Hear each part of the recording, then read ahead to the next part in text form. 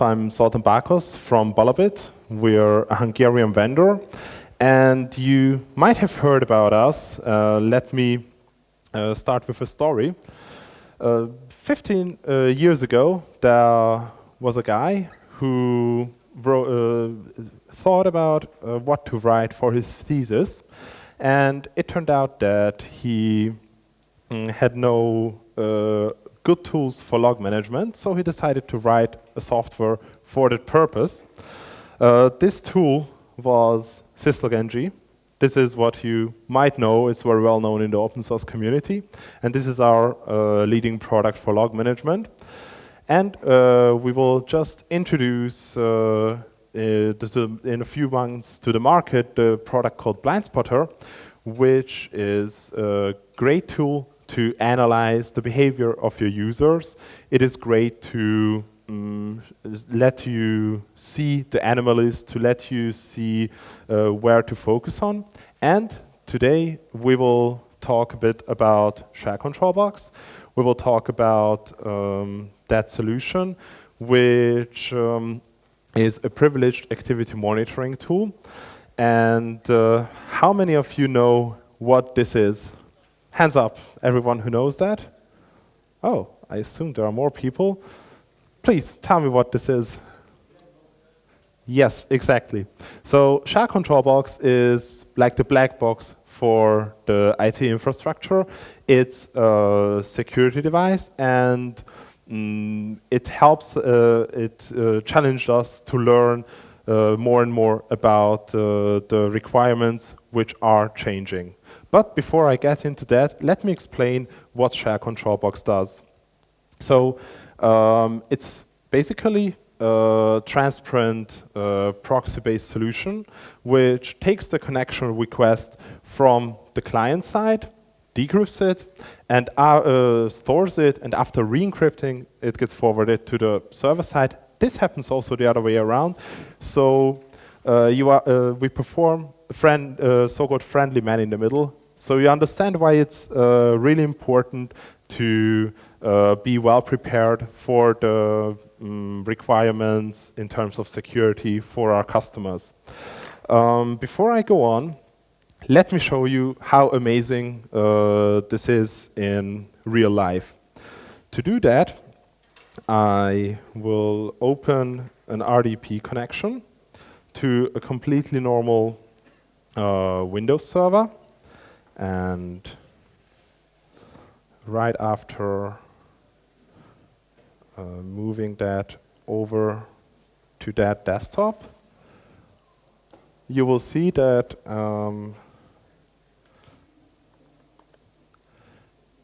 this session behaves exactly like this session would act without an appliance. I will just quickly create some content that you see that this is exactly what we will see when I replay this session. And it's really simple to replay such recordings. As you might recall, we are in between the client and the server, and we offer a transparent way to replay, to record, and an easy way to replay the sessions. I have already recorded some sessions, but I will. I can easily browse through the recorded sessions. For now, I will look for the word confidence because I remember that I entered it. And as you see, we immediately see the results. We see that it was entered here, just like if we would sit behind the administrator. And if it is interesting for us, we can immediately replay it in our browser. I think that's fantastic because it's really a great tool to replay the sessions. And there is also one thing which makes it really a great security tool for you. If I open an SSH connection, for example.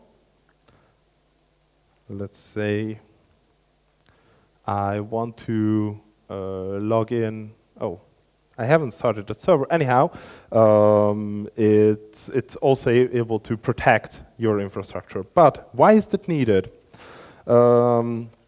You must know that the things we used to use to solve our security challenges, our challenging tasks, are not really usable anymore, because we can't really put a fence around our important servers anymore. Computers are in the cloud, and third-party administrators are accessing our servers. We don't have such a tight control over the security of our infrastructure anymore like we used to have. So to keep our systems safe and secure is an ongoing challenge for you as administrators, as people who are dealing with security incidents on a daily basis, and also for us as a vendor to provide the best tools for you to successfully address those challenges.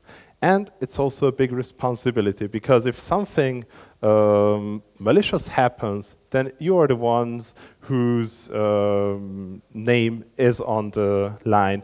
And afterwards, we are the ones who you blame to not helping you in having a safe and secure system.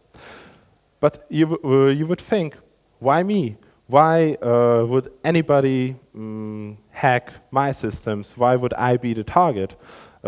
This can happen for several reasons. Let's say on a boring Saturday afternoon, some script kiddie decides to try out his new tools, and they pick your servers to mess around with. Or you have a third-party company who are doing administrative services for you, and they decide to find out more confidential information about the company than you would provide them by yourself. Or you work for a company who has really important data and provides crucial services, and some hackers are paid to find the weaknesses and the weak points of your security infrastructure. All those could be applied to any of us. So what could we do? The most important thing is to do everything to stop these attacks, to make it as difficult as possible for them to gain access to your systems, to your data. It seems like an impossible task, but let's see if we could address this, if we could stop those attackers. As you know, when you have your infrastructure publicly available, when you offer services which can be reached by people, it's not the system itself where you need to, not the system around it where you can put borders in protecting it from unauthorized access, but you can harden the system, you can put layers before it to make it difficult to reach. Such a layer could be, let's say, our solution. We have hardened the appliance shell control box, especially to make it really difficult for you, for the guys who want to access your system, to gain access to that. We focused on those parts where something could be exploited, and we also want to offer you a different concept, because if you apply the needed level of trust where it needs to be applied, and you have the healthy level of mistrust where it needs to be there, then it's an easier task. Where do you need to put your trust in? First of all, you need to trust your coworkers, you need to trust the people who have normal access to your servers. You need to trust the vendor that he does everything in his power to provide a hardened security tool to make those attacks really difficult. And you need to have some healthy mistrust in the direction of the people who, let's say, are outsourced people, and you have only some SLAs and some legal contracts that protect your infrastructure. And of course, this will change the whole picture. Because right now, as security approaches used to be, are like that you have tight control from a technical perspective over what is going on in your system if someone has access to your resources. And with this approach, with a solution like that, which is hardened for your purposes, you can let go a bit of the control. You can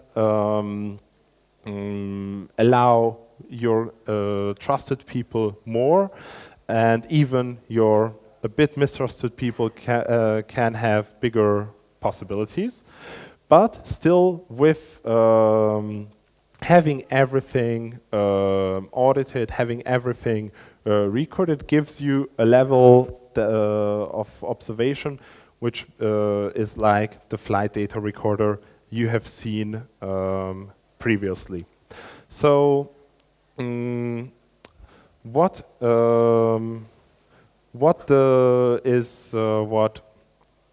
is really important in this area, that you need to find ways to address those changing requirements. You find tools that helps you to address these, and you need to always educate yourself. You need to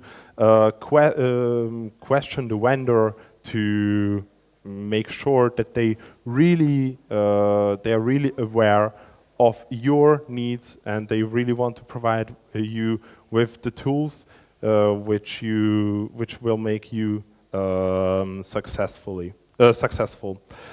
And